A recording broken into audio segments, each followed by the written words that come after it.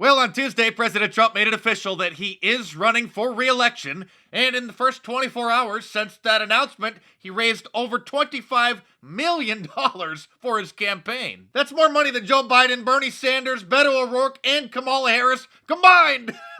Previously, Joe Biden held the record for the most money raised during the first 24 hours since making it official. And just look at how happy CNN were with his measly $6 million. We do want to bring you some breaking news in the 2020 race. Former Vice President Joe Biden, we're learning, has raised more than $6 million in the first 24 hours since his launch. Let's bring in Arlette Saenz, who's here with more on this. Good to see you. So, how does that number measure up? Well, it's certainly a very, very large figure. I believe that it's the largest out of all of the Democratic primary candidates in their first day of fundraising. Look at how happy they were about Joe Biden's record fundraising. I guess somebody better tell him that President Trump just quadrupled it. Of course, the Democrats aren't happy that it's official now that he is running for re-election because, well, they thought that he'd be impeached by now and removed from office or let out of the White House in handcuffs. Even his former advisor, Roger Stone, didn't think he would run for re-election after all the Democrats and the media put him and his family through. Heck, even after his first year in office, I started wondering whether Melania was going to put her foot down and be like, heck no, we're out of here. Despite his incredible kickoff on Tuesday and having to turn away tens of thousands of people because the stadium was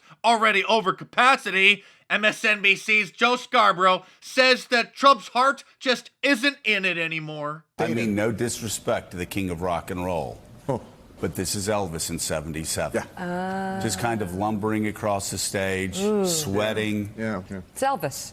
It's Elvis Sweating. Late in stage. 77, sweating, trying to sing the old hits, Yeah, but his heart's just not really in it, So right? They know what he's going to sing before he sings it. They know all the words. And the guy who was once so exciting now is just dull. Yeah, he's just so dull and boring now, he couldn't even excite the crowd. By the way, that is a lot of fake news back there. That's a lot. That's a lot.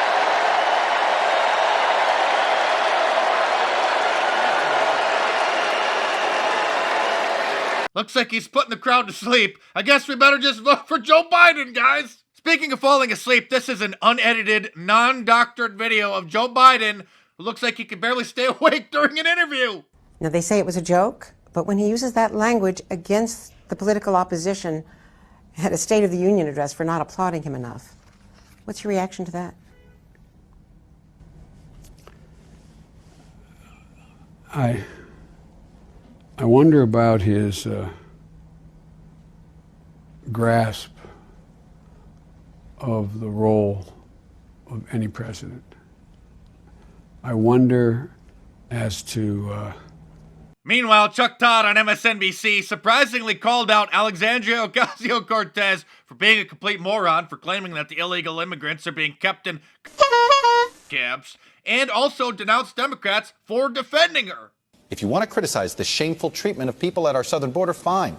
You'll have plenty of company, but be careful comparing them to camps, because they're not at all comparable in the slightest. But here's where it's upsetting as her comments. Some Democrats have been reluctant to condemn her remarks. They don't want to get criticized on Twitter.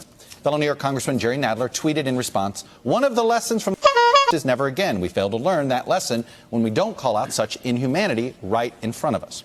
Jerry Nadler surely knows migrant detainment camps are not the same as camps. So why didn't he just say that? Why are we so sheepish calling out people we agree with politically these days?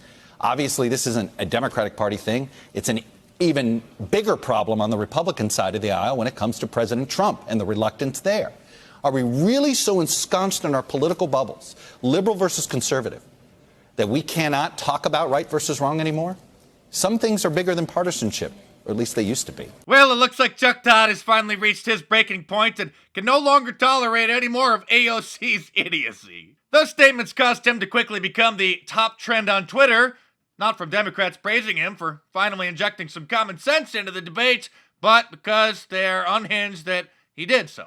Meanwhile, over at CNN, Angela Rye is warning that the Trump administration may start gassing the detainees. I hope listen, that at some point you wrestle with your conscience and get to the right side of this because, sir, you are on the wrong side of history. In 1933, there were concentration camps. In 1941, they were death camps. And that is where we are going if our consciences are not quickly pierced. It is a problem. Let me tell you who agrees with me. Let me tell you not laugh it off. Don't laugh it off, she says, after making what is probably the most absurd statement ever on CNN, which is an incredible feat. These detention centers have better living conditions than most housing projects in Democrat-run cities. I must have missed the day in history class when the teacher talked about how there were basketball courts and arts and crafts in the camps. No wonder why so many of them are coming here. This looks like a fantastic place to live. Maybe we should let Alexandria Ocasio-Cortez continue to spew her nonsense about